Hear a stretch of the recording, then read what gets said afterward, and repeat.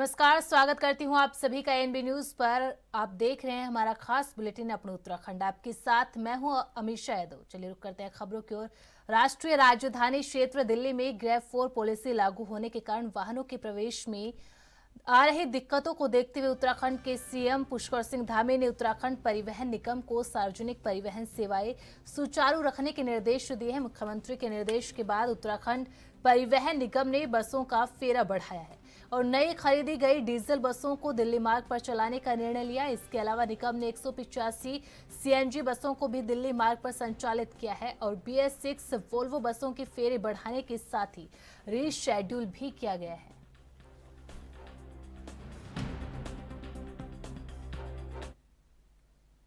मुख्यमंत्री पुष्कर सिंह धामी ने दून विश्वविद्यालय देहरादून में आयोजित गंगा धारा विचारों का अविरल प्रवाह कार्यक्रम में प्रतिभाग किया।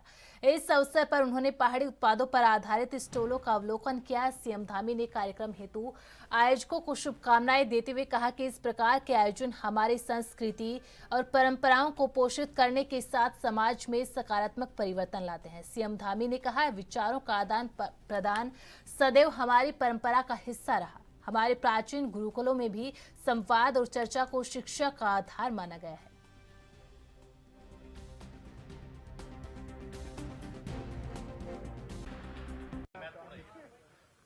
गंगधारा अविरल विचारों का प्रभाव 2 दिनों की व्याख्यान श्रृंखला है और इसमें अलग अलग विषयों के जो अपने विशेषज्ञ हैं, जिन्होंने विशेषताएं प्राप्त की हैं, अनुभव प्राप्त किया है, उन सभी का विचार मंथन आपस में होगा। उनके विचार आएंगे। निश्चित रूप से वो हमारे राज्य के साथ साथ सभी हमारे हिमालयन राज्य हैं, जो उनकी आज की चुनौतियां हैं, उन चुनौतियों पर कैसे काम हो, कैसे उन चुनौतियों को पार पाया जाए, उस दिशा में एक बहुत ही महत्वपूर्ण प्रयास है। मैं सभी को इस प्रयास के लिए बहुत शुभकामनाएं देता हूं, बहुत बधाई देता हूं कि निश्चित रूप से ये कार्यक्रम आने वाले समय के लिए हमारे लिए बहुत अच्छा एक उदाहरण प्रस्तुत करेगा।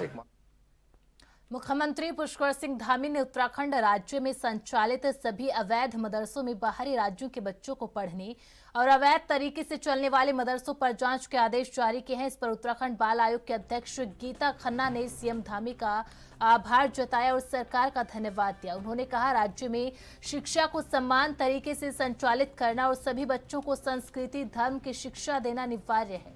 एक राष्ट्र में अलग तरीके से शिक्षा देना गलत है। इस तरीके से राज्य में संचालित सभी मदरसों का सत्यापन और जांच होना जरूरी है, क्योंकि बच्चे देश के भविष्य है। उनके भविष्य के साथ किसी भी प्रकार का कोई समझौता नहीं होना चाहिए।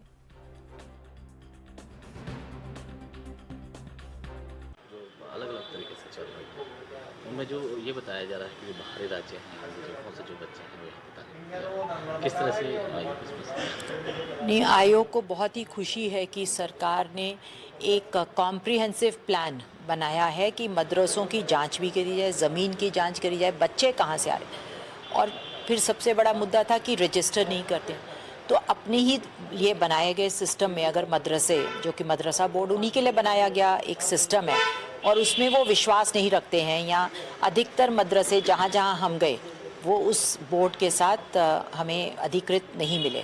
तो ये बहुत ही वेलकम स्टेप है और मैं बिल्कुल धन्यवाद देना चाहती हूँ मुख्यमंत्री जी का कि उन्होंने हमारी शिकायतों का संज्ञान लिया। हमारी जो हमने ये रिक्वेस्ट करी थी कि मदरसों में उनके जो मदरसों के नियम है और धार्मिक दृष्टि से भी जो मदरसे के नियम है कि प्राइवेट लैंड पे नहीं बन सकता, क्योंकि इसमें ज़कात का पैसा लगता है, दान का पैसा लगता है, तो फिर ये ज़मीन भी किसी सोसाइटी की होनी चाहिए। तो ज़्यादातर मदरसे जो थे वो किसी एक व्यक्ति विशेष के नाम पे ज़मीन थी और वहाँ पर फिर दान के पैसों से और बाहर के बच्चे, तो ये भी एक बहुत बड़ा चिंता का विषय था कि ये बच्चे कहाँ से आ रहे हैं, क्योंकि ये मैं बाल तस्करी से भी इसको हमें लग रहा था कि कहीं ये इसका बाल तस्करी से। हालांकि जब हमने बच्चों के एसएसपी के द्वारा सत्यापन का वो करा तो पेरेंट्स खड़े हो गए, मतलब उन्होंने वो दिखा दिए ना कि साहब पेरेंट्स ने हमें चिट्ठियाँ दे रखी हैं। लेकिन एक जब पूरी गहन जांच होगी तो सब सत्य सामने आएंगे और इस धर्म विशेष के बच्चों को भी एक सुंदर और अच्छी एजुकेशन का मौका मिलना चाहिए। आयोग का सबसे बड़ा जो इसमें इंटरेस्ट था वो ये था कि आरटीई एक्ट में मदरसों का कोई स्थान नहीं है, तो क्यों हम एक अलग पैरेलल व्यवस्था एक धर्म विशेष के बच्चों के लिए करें? सब बच्चे भारत के बच्चे हैं, सब बच्चे भारतीय बच्चे हैं, सबका एक जैसा पाठ्यक्रम और एक जैसी शिक्षा होनी चाहिए। धर्म की शिक्षा, संस्कृति की शिक्षा बहुत आवश्यक है, बच्चे को बहुत अच्छी सुंदर राह दिखाती है, पर उसके लिए विद्यालय के बाद का समय, छुट्टी के दिन वो निश्चित होने चाहिए।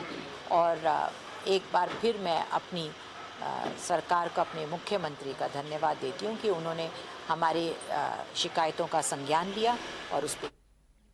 उत्तराखंड में बढ़ती हुई सड़क दुर्घटनाओं और ओवरलोडिंग को लेकर परिवहन विभाग अलर्ट हो चुका है। परिवहन विभाग द्वारा सल्ट विकास खंड के विभिन्न क्षेत्रों में प्राइवेट वाहनों के द्वारा व्यावसायिक इस्तेमाल पर वाहनों पर सघन चेकिंग अभियान जारी है। ट्रांसपोर्ट टैक्स ऑफिसर आशुतोष डिमरे ने बताया कि परिवहन विभाग के द्वारा यात्रियों को लगातार जागरूक किया जा रहा है। उन्होंने कहा कि आने जाने में प्राइवेट वाहन का इस्तेमाल ना करें, टैक्सी वाहनों का प्रयोग ना करें, कमर्शियल पीले नंबर की प्लेट के वाहन का प्रयोग करें। हमारे द्वारा पहले भी कार्रवाई की गई थी, अभी भी कार्रवाई की जा रही है। अभी तक तो पिछले 3 दिन की कार्रवाई में ऐसा कोई केस सामने नहीं आया है। इसके लिए हम अगर कोई ऐसा केस मिलता भी है तो इसके लिए हम अवेयरनेस प्रोग्राम चला लेते हैं। यात्रियों को बताया जाता है कि यदि आपको सफ़र करना है तो कृपया करके प्राइवेट व्हीकल में आप यूज़ ना करें, टैक्सी व्हीकल का ही प्रयोग करें, क्योंकि आपकी सेफ्टी टैक्सी व्हीकल में ही होती है। और मैं ये मैसेज देना चाहता हूँ कि जितने भी पैसेंजर हैं वो कृपया करके प्राइवेट वाहनों का प्रयोग ना करें। किसी भी गंतव्य स्थल तक आपको जाना है, आप वाहनों से, जो कमर्शियल व्हीकल हैं, पीली प्लेट वाले व्हीकल हैं, उनसे ही जाएं। उसी में आपकी सेफ्टी होती है, प्राइवेट व्हीकल में सवारियों की सेफ्टी नहीं। राज्य के निकाय चुनाव से पहले नगरपालिका और नगर पंचायतों में अध्यक्ष पद के आरक्षण पर इस बार आपत्तियों का अंबार लग गया। शहरी विकास निदेशालय के पास करीब 1000 आपत्तियां आ चुकी है। विभाग ने इनका निस्तारण भी शुरू कर दिया। आपत्ति दर्ज कराने का आखिरी दिन शनिवार था। शहरी विकास विभाग ने 14 दिसंबर को सभी नगर निगम, नगर पालिका, नगर पंचायतों के मेयर अध्यक्ष पदों के आरक्षण की अंतिम अधिसूचना जारी की थी। इस पर आपत्तियां ली जा रही है। आपत्तियां देकर शहरी विकास विभाग के अफसर भी हैरान परेशान हैं। माना जा रहा है कि 23 दिसंबर तक निस्तारण पूरा कर रिपोर्ट राज्य निर्वाचन आयोग को भेज दी जाएगी। एक अंबार सा लग गया। 1000 से ज्यादा आपत्तियां अब तक अध्यक्ष पदों को लेकर आ चुकी है। क्या लगता है? देखिए, जिस तरीके से सरकार के खिलाफ जो नगर निकाय का आरक्षण का रोस्टर जारी किया है, उसमें जिस तरीके की आपत्तियां देखने को मिली है, उससे निश्चित रूप से कहीं न कहीं कुछ न कुछ सरकार की लापरवाही की बू आती है। सरकार ने जानबूझकर आरक्षण इस तरीके से किया कि जो लोगों को आपत्तियां करने को मजबूर होना पड़ा। बहुत से लोग माननीय उच्च न्यायालय में भी गए हैं और ये सरकार की कमजोरी है और सरकार का फेलियर है। और सरकार एक तरफा आरक्षण करना चाहती है, कुछ लोगों को आरक्षण से वंचित रखना चाहती है, जो लोगों का संवैधानिक अधिकार है। और जिस तरह के आरक्षण जारी हुआ है, उससे ऐसा ही लगता है कि सरकार ने लोगों के संवैधानिक अधिकारों का भी हनन करने का काम किया है और संवैधानिक अधिकारों में कुठाराघात करने का काम। 38वें राष्ट्रीय खेलों को जन उत्सव की तरह मनाने और खेलों के उत्साह को राज्य की जनता को जोड़ने के लिए 26 दिसंबर को हल्द्वानी से मशाल यात्रा की शुरुआत की जाएगी। मशाल यात्रा सभी 13 जनपदों से गुजरेगी। इस दौरान हर जनपद में 2 से 3 दिनों तक विभिन्न कार्यक्रम भी आयोजित किए जाएंगे। खेल मंत्री रेखा आर्या ने बताया कि मुख्यमंत्री धामी मशाल यात्रा को रवाना करेंगे। यात्रा कुमाऊं और गढ़वाल मंडल से गुजरेगी, तो कोशिश की जाएगी कि ज्यादा से ज्यादा ब्लॉकों तक यात्रा पहुंचे और आमजन अधिक से अधिक संख्या में शामिल हो।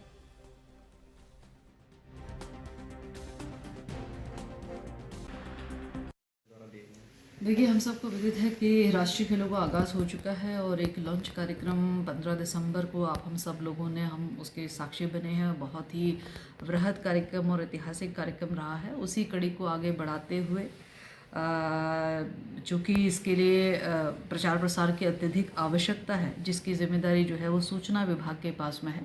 उन्हीं अधिकारियों को आज आमंत्रित भी किया था, जिसमें हमारे सूचना के सेक्रेटरी से लेकर संबंधित अधिकारी आज मौजूद रहे और हमारे विभाग के अधिकारी भी रहे, जिसमें उनको ये साफ निर्देशित किया है, चूँकि अब हमारे सिंबॉलिक चीज़ें जो हैं वो लोकार्पित हो चुकी हैं, चाहे वो हमारा मैस्केट हो, चाहे वो हमारा लोगो हो, स्लोगन हो, एंथम हो, हमारी जर्सी हो। अब प्रकाशन में सब चीज़ें जो है पूरे 13 जनपदों में दिखना चाहिए। जो माननीय मुख्यमंत्री जी ने कहा है जन गण मन के भाव आए, वो प्रचार प्रसार के साथ अधिक किए जाने के साथ में उसका जुड़ाव बनता है। इसको लेकर सूचना विभाग के अधिकारियों को निर्देशित किया है कि अधिक से अधिक होर्डिंग हो गया, फ्लैक्सी हो गई, या आपके बैनर हो गए, रेडियोज़ हो गए, आपके पोर्टल्स हो गए, सिनेमा हॉल हो गए, इन सब को संपर्क करते हुए जो है इसका अधिक से अधिक प्रचार प्रसार करने का जो है आज दिशा निर्देश दिए हैं। इसके साथ ही आज बैठक के दौरान में ही आगामी 26 दिसंबर से एक ये तय हुआ है कि हम लोग मशाल यात्रा अपने गोलापार स्टेडियम से हम लोग प्रारंभ करेंगे और यह प्रारंभ भी जो है माननीय मुख्यमंत्री जी के कर कमलों से ही ये मशाल यात्रा प्रारंभ की जाएगी, जो कि पूरे 13 जनपदों की यात्रा करेगी। निश्चित रूप से यह भी एक जागृति रैली होगी, जिसमें हर एक युवक, हर एक युवती, हर एक खिलाड़ी और हर एक जनमानस जो है वो जुड़े। इस तरीके से उनके साथ में जो है एक कनेक्शन या कनेक्टिविटी जो है वो बनाई जाएगी। तो ये भी एक बड़ा कार्यक्रम जो है अपने गोलापार स्टेडियम हल्द्वानी में होने जा रहा है 26 तारीख को। निश्चित रूप से यह कार्यक्रम भी बहुत ही भव्य होगा। उत्तराखंड में निकाय चुनाव का रास्ता साफ हो गया है, जिसको लेकर पार्टियों की तैयारियां तेजी से चल रही है। ऐसे में मेयर बीजेपी से देहरादून में मेयर पद की दावेदारी करने वाले प्रत्याशियों की संख्या लगभग 24 से ज्यादा हो चुकी है। बीजेपी प्रदेश प्रवक्ता कमलेश रमन का कहना है कि बीजेपी राष्ट्रीय पार्टी है और बड़ी संख्या में मेयर के लिए दावेदारी की जा रही है। पार्टी जिसे भी मेयर का टिकट देगी, बीजेपी कार्यकर्ता उन्हें निकाय चुनाव में जिताने का काम करेंगे। जिन्होंने प्रत्याशी अपनी दावेदारी पेश करी है और जो संख्या है वो कितनी जाने वाली है मेयर प्रत्याशी? देखिए बहुत लंबी हमारी फहरिस्त है और इससे हमें खुशी भी होती है कि हमारा संगठन बहुत ही बड़ा हो चुका है और उसमें दावेदारी अगर सब लोग कर रहे हैं तो इसका मतलब हमारे संगठन में जो विस्तारीकरण है वो बहुत प्रगाढ़ पर है। तो मुझे लगता है कि अगर संगठन, क्योंकि राष्ट्रीय पार्टी है और अगर इसमें प्रत्याशी या कैंडिडेट जो भी होगा अगर वो अपना आवेदन नहीं करेंगे तो कौन करेगा, क्योंकि राष्ट्रीय पार्टी है। और मुझे लगता है कि बहुत ही अच्छी बात है, हमारे दावेदार बहुत हैं। जिसको भी पार्टी टिकट देगी मेयर का, मुझे लगता है कि तमाम सभी जितने भी कार्यकर्ता हैं सब उनको जिताने का काम करेंगे और संगठन सर्वोपरि होता है। संगठन के साथ सब चलते हैं। भारतीय जनता पार्टी में संगठन को प्रथम स्थान दिया गया है, तो मुझे लगता है कि संगठन के अनुसार ही जिसको भी टिकट मिलेगा उसको सभी लोग जिताने का काम। शीतकालीन चारधाम यात्रा को लेकर उत्तराखंड पुलिस ने अपनी तैयारियों को चाक चौबंद करना शुरू कर दी। चुनौतियां जरूर है, लेकिन उन चुनौतियों से कैसे निपटा जाए, इसको लेकर भी लगातार खाका तैयार किया जा रहा है। प्रशासनिक स्तर पर शीतकालीन यात्रा में अतिरिक्त पुलिस फोर्स तैनात करके यात्रा को सुगम और सुरक्षित बनाने के लिए लगातार प्रयास किए जा रहे हैं। जानकारी देते हुए आईजी गढ़वाल रेंज राजेश स्वरूप ने बताया कि शीतकालीन के दौरान पहाड़ी क्षेत्रों में बर्फबारी देखने को मिलती है, जिससे कई मार्ग अवरुद्ध होने की आशंका भी बनी रहती है। ऐसे में संवेदनशील इलाकों को चिन्हित किया जा रहा है ताकि शीतकालीन यात्रा के दौरान किसी भी श्रद्धालु को समस्याओं का सामना न करना पड़े। वो हमारी जो शीतकालीन यात्रा जो है वो सुरक्षित हो और आने वाले श्रद्धालु यहाँ पे आए, अपना तीर्थाटन करें और उसके बाद में एक सुखद अनुभव लेके जाएं।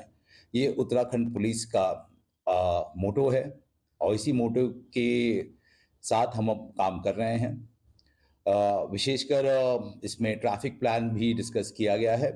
मेरी कल डायरेक्टर ट्रैफिक के साथ में मीटिंग हुई, जिसमें हमने ये विचार विमर्श किया कि किस तरीके से ऑल्टरनेट रूट्स जो हैं उसको बनाया जाए। तो उस पर भी वर्क ऑन चल रहा है और साथ साथ जो फोर्सेस की डिप्लॉयमेंट्स हैं हिली एरियाज़ में, वहाँ पर जहाँ जहाँ सड़कें वैसी हैं जहाँ पे एक्सीडेंट प्रोन एरियाज़ हैं, वहाँ के जितने भी साइन बोर्ड्स हैं और जितने सुरक्षा के उपकरण हैं उसको पैराफिटिंग है उसको चेक किया जा रहा है।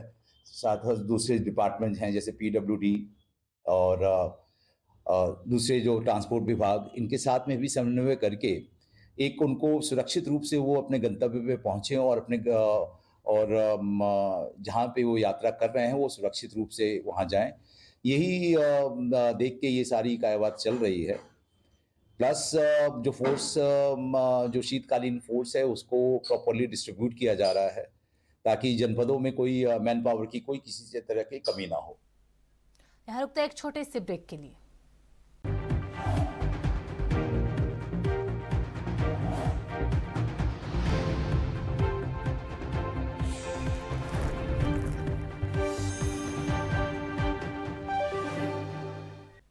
ब्रेक के बाद एक बार फिर से आप सभी का स्वागत है। खबरों में आगे बढ़ते हैं। दून पुलिस के लिए दिसंबर का महीना काफी चुनौतीपूर्ण होने जा रहा है। दरअसल क्रिसमस डे के साथ ही नए साल का जश्न और 26 दिसंबर से शुरू होने जा रहा मसूरी विंटर लाइन कार्निवल में भारी भीड़ उमड़ने की उम्मीद है। इसको देखते हुए दून पुलिस ने नई कार्य योजना तैयार की है। एसएसपी अजय सिंह ने बताया कि तमाम कार्यक्रमों को देखते हुए पुलिस फोर्स के उचित इंतजाम किए गए हैं। इसके अलावा दून पुलिस ने विशेषकर मसूरी में ट्रैफिक जाम की समस्या को देखते हुए ट्रैफिक इंस्पेक्टर की तैनाती की है। साथ ही जगह जगह पार्किंग की व्यवस्था भी की गई है।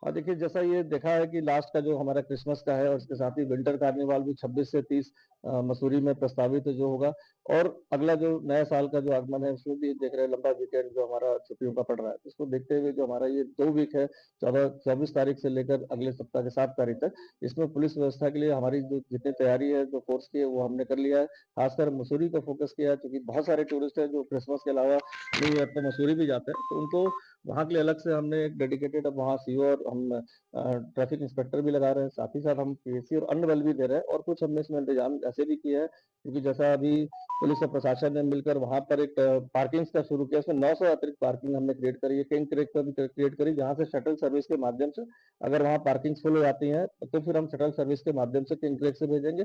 और कुछ और पार्किंग भी चिन्हित हुई है जहां से पैसेंजर्स जो है पार्क करने के बाद शटल सर्विस से जाएंगे। इसी तरह प्रशासन द्वारा गोल्फ कार्ट का भी मसूरी में शुरू किया गया, 4 गोल्फ कार्ट शुरू की गई जिससे कि जो हमारे टूरिस्ट आ रहे हैं उनको कोई चलने फिरने में या घूमने में कोई दिक्कत ना हो। तो सभी व्यवस्थाएं प्रशासन के साथ मिलकर और खासकर स्पेशल फोकस मसूरी का है। और अगर किसी परिस्थितियों में अगर लगता है कि मसूरी में सारी पार्किंग फुल हो जाती है और हमारी शटल सर्विस की जो पार्किंग है जहाँ जहाँ बनाई है वो भी फुल होती है, तो कहीं ना कहीं हम उनको उठाल गेट पर एक व्यवस्था बना रहे हैं जहाँ पर हम एक टेम्परेरी पार्किंग बनाएंगे और यहाँ से शटल सर्विस द्वारा पैसेंजर्स को भेजेंगे, जिसकी एक्सरसाइज ऑलमोस्ट हमारी पूरी हो गई और उसका डिप्लॉयमेंट भी हमारा 24 दिसंबर से समस्त स्थानों पर हो जाएगा। उत्तराखंड के सीमांत जिले पिथौरागढ़ से बड़ी खबर सामने आई। पिथौरागढ़ के धारचूला क्षेत्र में बड़ा भूस्खलन हुआ जिसका वीडियो भी सामने आया है। भूस्खलन की घटना तवाघाट इलाके में हुई। भूस्खलन की घटना बीते शुक्रवार 20 दिसंबर की बताई जा रही है। बताया जा रहा है कि तवाघाट इलाके में नेशनल हाईवे पर काम चल रहा था, तभी अचानक से पहाड़ी का बड़ा हिस्सा दरक गया। वहीं सीएम धामी ने मलबे को हटाने के लिए त्वरित कदम उठाए जाने के साथ जिला प्रशासन और संबंधित अधिकारियों को जल्द से जल्द मार्ग को खोलने के निर्देश दिए हैं।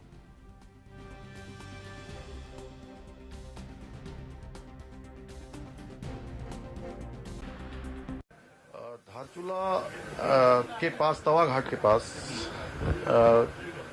बड़ा भूस्खलन हुआ है, लेकिन क्योंकि पहले से जानकारी थी और वहाँ पर छोटे वाहन इत्यादि सब पहले से ही हटा दिए गए थे, तो कोई जान माल की कोई क्षति नहीं है। तो वो मार्ग कुछ अवरुद्ध हो गया है, वहाँ पर काम चल रहा है। जल्दी से जल्दी जो है वहाँ पर जेसीबी मलबा हटाने का काम कर रही है। आज शाम तक संभावना है कि वो मार्ग फिर से खुल जाएगा। पिथौरागढ़ के धारचूला क्षेत्र में तवाघाट के नज़दीक एक मेजर लैंडस्लाइड होने की खबर है। इसमें रोड जो है अभी ब्लॉक है। इस संबंध में जो मीडिया में खबरें वायरल हो रही हैं और वीडियोस वायरल हो रहे हैं उसके संबंध में मैं बताना चाहूँगा कि कोई भी जान और माल के नुकसान की खबर नहीं है।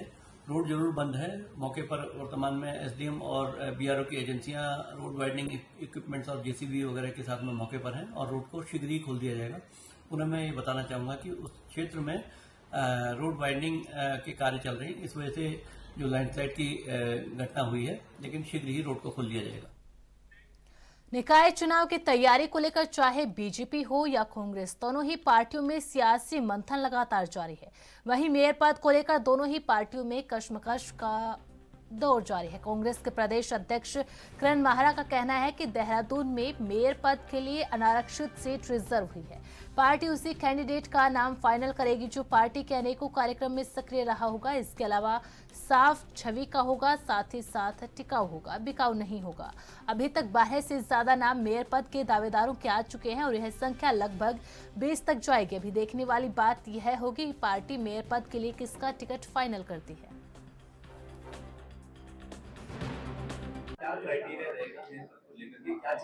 देखिए, कौन कितना सक्रिय है, बेदाग छवि भी होनी चाहिए, सक्रिय भी होना चाहिए और जिताऊ और टिकाऊ भी होना चाहिए। जहां तक आवेदकों की बात है, करीब 12 लोगों ने अभी तक जो है देहरादून के लिए आवेदन दिया है और वो मिले हैं। और भी मुझे लगता है 2-3 नाम और आने की संभावना है, तो मेरे को लगता है 20 के आसपास तक ये संख्या जाएगी।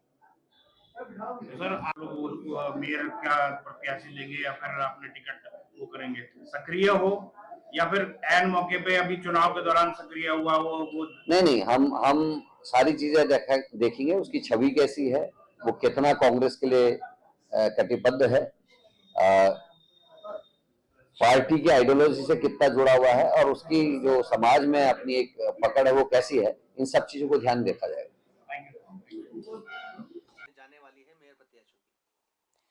देखिए, बहुत लंबी हमारी फहरिस्त है और इससे हमें खुशी भी होती है कि हमारा संगठन बहुत ही बड़ा हो चुका है और उसमें दावेदारी अगर सब लोग कर रहे हैं तो इसका मतलब हमारे संगठन में जो विस्तारीकरण है वो बहुत प्रगाढ़ पर है। तो मुझे लगता है कि अगर संगठन, क्योंकि राष्ट्रीय पार्टी है और अगर इसमें प्रत्याशी या कैंडिडेट जो भी होगा अगर वो अपना आवेदन नहीं करेंगे तो कौन करेगा, क्योंकि राष्ट्रीय पार्टी है। और मुझे लगता है कि बहुत ही अच्छी बात है, हमारे दावेदार बहुत हैं। जिसको भी पार्टी टिकट देगी मेयर का, मुझे लगता है कि तमाम सभी जितने भी कार्यकर्ता हैं सब उनको जिताने का काम करेंगे और संगठन सर्वोपरि होता है और संगठन के साथ सब चलते हैं।